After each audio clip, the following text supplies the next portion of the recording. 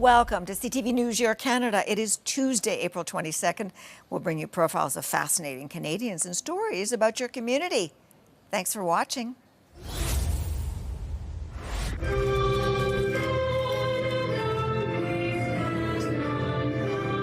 Jalen Baltazar recently joined her classmates at Mount Carmel in Blythewood in the singing of O Canada. Exciting to experience. I never got to experience this over my whole life. Thanks to her new wheelchair, the grade 5 student enjoyed a powerful moment of independence, strength, and support. Now I get to stand with my other classmates. It was all very emotional for us. Robin Croker is an educational assistant who has seen Jalen's already infectious energy amplify. She's very bubbly to begin with, but she has a lot more confidence. She's telling me, no, I want to be independent. Her previous chair only allowed Jalen to be in a sitting position. I wouldn't be able to stand up. She would have to help me and hold on to me while I was standing. This chair allows Jalen to be upright, reclined, and everything in between. My favorite part. Oh, okay. To go right upside down? The stand assist wheelchair has given Jalen independence to do more things, including cook for her little sister. I can cook her eggs. She loves to cook. She loves to help around the house or go for a walk. We can dance in the kitchen. The extra feature to stand was over $7,000, which the family paid for with the help of the John McGivney Center. The family also received some help from Easter Seals and an ongoing GoFundMe campaign to help retrofit a van. It's definitely an investment, but an investment worthwhile. A cool feature of the chair, it's got Bluetooth. Controlling like TV and music, things like that. It will unlock as we explore more. For now, though, Jalen enjoys another feature of the new chair. I like to honk my horn and scare my ears. Bob Belichico, CTV News.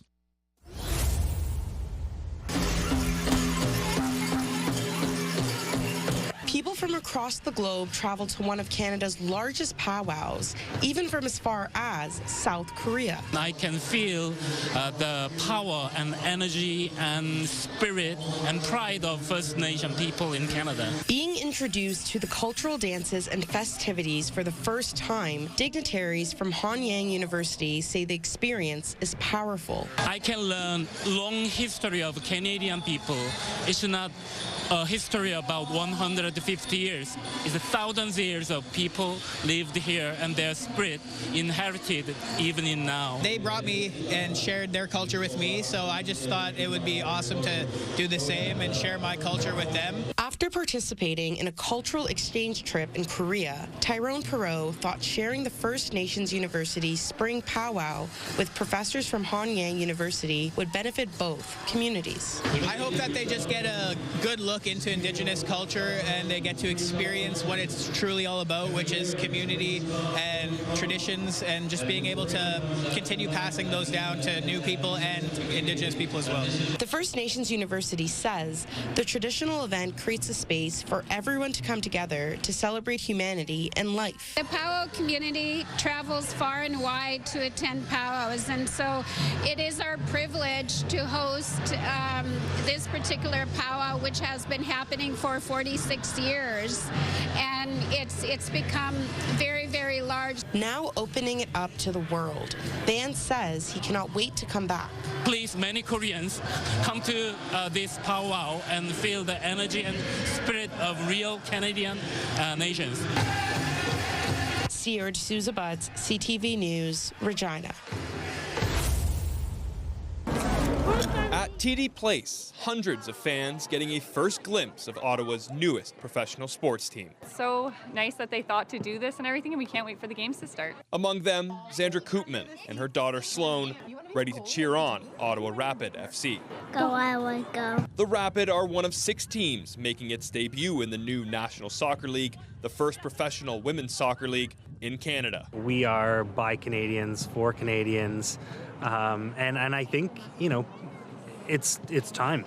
It's time for Canada to step up, for us to take our rightful place as a leader in this sport globally. I wish as a little girl I had this league for girls to look up to from my town. So wherever you're from, you can look up to that group of girls. It's just an amazing thing that I wish I had. So it's inspiring. It's inspiring to be that for that future generation, and it's great. Fans who attended the open practice Monday were given the chance to interact with the players and see the team for the first time.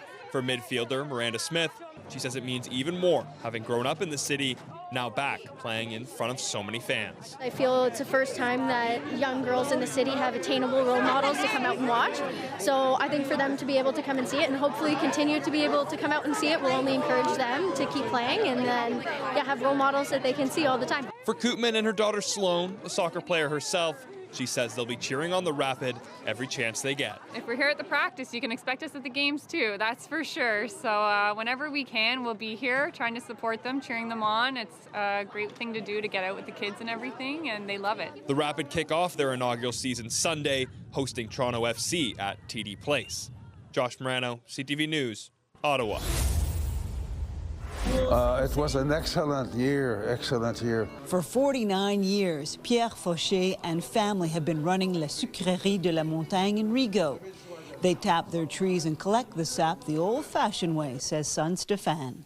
Want to relive what it was like 100 years ago? We installed 2,000 buckets all around the 120-acre forest, and then we collect with an old tractor that we collect the maple water with, and then we have a wood fire evaporator in which we boil all of our maple water into maple syrup. For maple producers, an entire year's worth of syrup is boiled down in less than a month. The syrup went in from the full moon of March to the Easter weekend, and it was a fantastic season. Stéphane says that's a week less than last year. Just under 5 weeks for us, so not quite as long, but we collected as much maple water as last year. So really good days where we got freezing nights and then thawing days, but with a good difference in temperature. Quebec maple syrup represents nearly 90% of the maple syrup produced in Canada, and more than 63% of that produced worldwide. I love maple syrup, yes. And we decide we need to lather it on everything that we eat, no matter what it is. I think one of our aunts puts it in her water. I think it's really good. The Fauché family doesn't export their products, but the Quebec maple syrup producers said their 13,500 members fear sales will drop if American tariffs drive up the price of their products in the U.S. In that case, the plan is Quebec's maple industry could stockpile extra syrup and pivot to other markets, including Europe and Asia. Last year was a good year. This year was that much better. It was really good.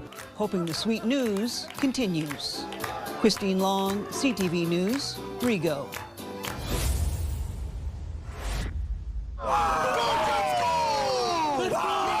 Thousands of Jets fans came downtown this weekend. After a thrilling come-from-behind victory in Game 1 against the St. Louis Blues, some Jets fans may follow them on the road. Absolutely. We're talking about it actively. We're pretty confident this team may go deep in the playoffs. Mike Pyle and his colleagues at Exchange Income Corporation have gone to away games for years. Virtually everywhere we go, people treat you great. Like, if you're respectful, they're respectful. You get the odd boo and hoot and holler, but that's part of the thing. Pyle wears his custom Bobby Hull WHA jersey with pride. He'll miss the St. Louis games, but will travel to Dallas or Colorado should the Jets move on. It's exciting to be with your team. You got to be vocal and you got to be dressed up and you got to carry the colors. The ongoing trade war with the U.S. isn't dampening his team's spirit. It's unfortunate that at a political level there's a challenge right now, but I think most people realize that there's no better allies than us in the U.S. in the long run. Other fans seem to feel the same way. 100% I would. Yeah, I would absolutely go see the Jets play on the road many times. For the Jets, I think I would, to watch them beat those St. Louis Blues. Donna Bacon from Quebec is visiting family here in Winnipeg. She would go if she could afford it. Oh, hell yeah, absolutely. In the nanosecond. I would see them all season long. It's more about the dollar than the rest of it. Our dollar's kind of plummeting right now, so that's more what's holding me back than everything else. Joseph Bernacki, CTV News, Winnipeg. It's a meticulous art form that Calvin Duick started years ago to keep his hands busy while watching television. I sort of told myself that, if I'm going to be doing this, then I have to be doing something productive at the same time. And I kind of scoured through my closets and dug up an old bucket of Lego and started. He creates interesting 3D shapes with the bricks and uses a lot of math to make sure his designs are symmetrical. The last piece that I did, I worked on from April to Christmas, every day or every other day for at least a few hours. Duick says there's a lot of trial and error involved in the process, and with Lego, he can easily change things. I have to sort of sit down with a pile of Lego and just goof around and not have any kind of consequences. It's just free, and usually stuff comes up that way. Usually I get a structural idea and then play around with that. This is his largest piece to date that hangs in a downtown Calgary boardroom. Everybody who comes in goes up to and says, is this Lego? What is this? Who made it? It's incredibly cool. And I couldn't agree more. Maya Gohill is a friend and artist who enjoys seeing what Duick comes up with. I think all of that is really remarkable because they're not just aesthetic pieces. They're these marvels of math and algorithmic logic in a way. Gohill jokes that Duick's day job is a hairstylist, and she enjoys watching his creativity in action. I have naturally curly hair, and he treats my hair like a sculpture. Like, there's moments where I see him kind of moving around and he's looking at it. It's literally like he's kind of sculpting my hair. Duick says Lego is an expensive medium to work with, and that if a piece isn't selling, he'll just take it apart and start over.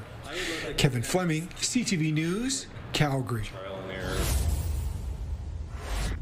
Driving into downtown St. Stephen, the building can be easy to miss. But if all goes well in the years ahead, it will be a must-stop location for all of Atlantic Canada. Given the game was invented by the Canadian, of course, and then we had Lyman Archibald, who was trained by Dr. Naismith and came from Toronto, Nova Scotia, but came to St. Stephen and had that first game there. I think people want to preserve this. It was October 17th, 1893, the first basketball game was played on this court, believed to be the oldest in the world, which was only rediscovered in 2010 following a fire. In recent years, plans have been announced to preserve the court and transform the space into the Canadian National Basketball Experience Museum. Late November and early December, we received $1 million private donation as well as a $500,000 donation and a couple kind of $100,000 to $200,000 donations. $2.5 million of the $6 million donation goal has been raised, while Liston is hopeful to also see $6 million contributed by both the provincial and federal governments. The group recently held an event in Toronto to raise awareness and generate more support for the court's restoration.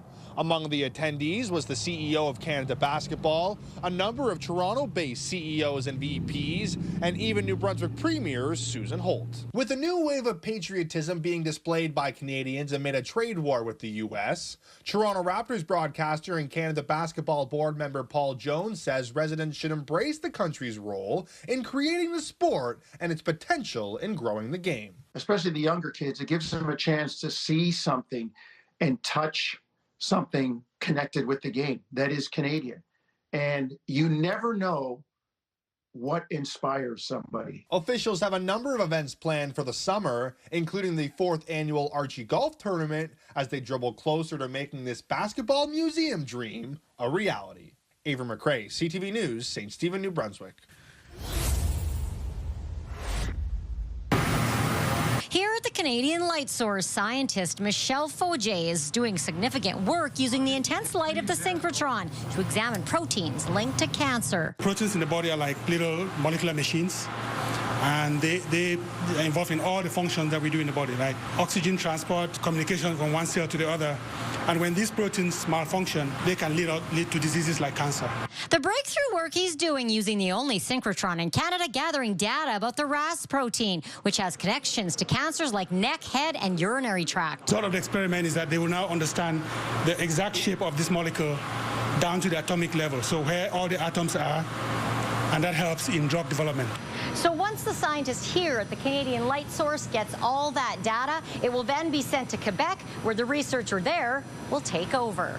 We came back with pictures at atomic resolution, really high resolution information. Those images revealed a pocket in the protein that appears to be an ideal target for molecular drug treatment, and finding the medications to combat cancer is his focus. We need Saskatoon to be able to provide the CLS data, the synchrotron data. LaPlante and his crew have used data from synchrotrons in Japan, Europe, and the U.S., but he would like to see even more collaboration within Canada, given the current political situation. To be able to move forward with our science with the least amount of impediment. This is why I think it's really important for the CLS to exist. The CLS, or Canadian Light Source, is working on other significant projects like developing a generic blood type to suit all transfusion patients if one blood type is in short supply. They also did extensive work on COVID-19, specifically on how the immune system impacts the virus.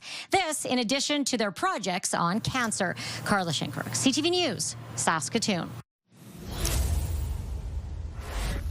The summer is a busy season for the Dion Quint Museum, when the tourist attraction is open for business. The whole goal is to define the history, The museum is reopening May 23rd. The board will also host several school students for spring tours. Last summer, approximately 4,500 guests visited the museum. This even though it's only open Fridays and Saturdays. Valenti notes bus tours brought visitors from Quebec and as far as BC. Canada Day alone, there were close to 500 visitors. When it gets jammed in there, we have a hard time reminding people to sign in. And so those numbers are probably a lot bigger than that, but that's about 50% over last year. The board is working with Tourism North Bay to strategize ways of attracting more American visitors to North Bay. This is key for the board as well as local, regional, and national tourism officials. We're still open, right? We're still here to welcome the world, and our experiences are unique, and our tourism operators are working hard to welcome. The museum's board finds many Americans seem quite interested in the quintuplet story and are deciding to pack their bags for a trip to North Bay to visit the museum. We're going to try and reach out to them and actually have them come up here and say, come and experience the Quint Museum and all the story that is behind it. The museum will also be a part of the city's Homecoming Festival in early August. Eric Tashner, CTV News, North Bay. Shopify doesn't seem to have any marketing internships. What if I became the first? There's a first for everything, and Julia Fedorin is no exception. Since I was little, I've been putting myself out there. In the market for a fall internship, the University of Waterloo student set her sights on Canadian e-commerce company Shopify. My mindset going into applying to companies as big as Shopify was, I was thinking the long-term game. So I was like, okay, so I'll post this video. I'll show Shopify I'm interested. Fedorin wrote, shot, and edited a video of herself detailing her credentials. I built a YouTube community of 10,000 plus people who chose to stick around. And interest in joining the company. If you're all about bold ideas, then here's mine. Let me be your first. Fedorin posted the minute-long video on X. In less than a week, it's been watched nearly 1 million times and caught the eyes of Shopify's CEO, President, and Chief Operating Officer. At first, I was like, is this even real? Never did I think it would happen in under 24 hours. That's wild. While Fedorin won't be Shopify's first marketing intern, she will be in a first-of-its-kind role, working with the company's creative teams. A spokesperson telling CTV News, Julia created an opportunity that didn't exist through bold public action. Going from viral video to team member in less than a day isn't just a good story. It's how we operate when we spot exceptional talent that embodies our values, especially from innovation hubs like Waterloo. I feel like there's going to be so much creative freedom and so much opportunities to experiment. For those looking to follow in Fedorin's footsteps, be it to Shopify or elsewhere, she says, just go for it. You can just do it. You can just do anything, and you don't have to wait for anyone's permission. You don't have to overthink too much. Just try it out. Alexandra Hollick, CTV News. At Tony Tonez Tattoo Studio in Mississauga, not only does he create vibrant tattoos for his customers, he also uses lasers to remove them. Tonez says there are many reasons why someone may want to have a tattoo removed. You're now able to remove a pre-existing or old tattoo that you may either regret or you may have some life changes or career changes as well. A laser is used to break up the ink beneath the skin, and the price and amount of time to remove a tattoo will depend on its size, depth, and the colors used. Feels great. I feel like some of my mistakes are starting to get removed now. Some of your tattoos are going away. Yeah, I've been burning them off. Yeah. Yeah, they're almost gone. Is it painful? It's horrible.